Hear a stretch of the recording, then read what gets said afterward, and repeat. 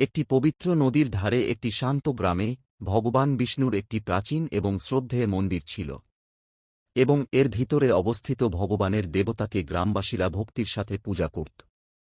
এই পবিত্র মন্দিরের পাথরের সিঁড়িতে একটি পথভ্রষ্ট কুকুর বাস করত। তার কোনো প্রভু ছিল না, কোনো আশ্রয় ছিল না, এবং খাবারের সন্ধানে রাস্তায় ঘুরে বেরিয়ে বেঁচে থাকত। বেশিরভাগ গ্রামবাসী তাকে কোনো মনোযোগ দিত না, তাকে কেবল আরেকটি গৃহহীন প্রাণী মনে করত। তবুও তাদের অজানা কারণে কুকুরটি মন্দিরের চৌকাঠকেই তার বাড়ি বানানোর সিদ্ধান্ত নেয়। কুকুরের নীরব ভক্তি। প্রতিদিন সকালে মন্দিরের ঘণ্টাধ্বনি এবং শঙ্খধ্বনির শব্দে কুকুরটি জাগ্রত হত। সে পূজারীরা যখন দেবতাকে প্রদীপ নিবেদন করত, ভক্তরা যখন মন্দির প্রদক্ষিণ করত, মন্ত্রোচ্চারণ করত এবং মন্দির প্রদক্ষিণ করত, তখন সে তা দেখত। যদিও সে মন্ত্রের শব্দ বা আচার অনুষ্ঠানের অর্থ বুঝতে পারত না, তবুও সে চুপচাপ ভগবানের সান্নিধ্যে থাকত।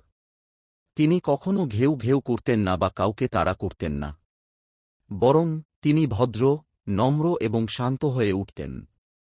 প্রায়শই তিনি পরিক্রমার সময় ভক্তদের অনুসরণ করতেন, তাদের পিছনে ধীরে ধীরে হাঁটতেন।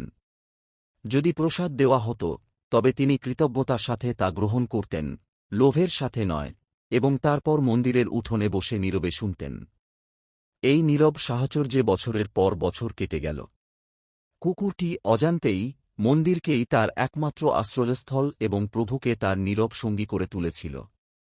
তাকে ধর্মের শিক্ষা দেওয়া হয়নি, মন্ত্র জপ করা হয়নি, তবে তিনি প্রতিদিন প্রভুর কাছে থাকতেন, তাঁর নাম শুনতেন, তাঁর দেহাবশেষ গ্রহণ করতেন এবং কখনও ভক্ত বা দেবতার প্রতি আপত্তি করতেন না।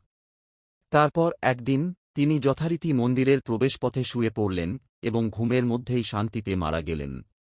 তাঁর প্রাণহীন দেহটি এত বছর ধরে পাহারা দেওয়া সিঁড়ির পাদদেশে পড়ে রইল। বিষ্ণুদূতরের আগমন। এই দৃশ্য দেখে গ্রামবাসীরা দুঃখিত হয়ে কুকুরটির মৃতদেহ সরিয়ে নেওয়ার জন্য প্রস্তুত হলেন। কিন্তু তারা তা করার আগেই এক আশ্চর্যজনক ঘটনা ঘটে। স্বর্গ থেকে বিষ্ণুদূতরা, পরমেশ্বরের দূতরা নেমে এলেন।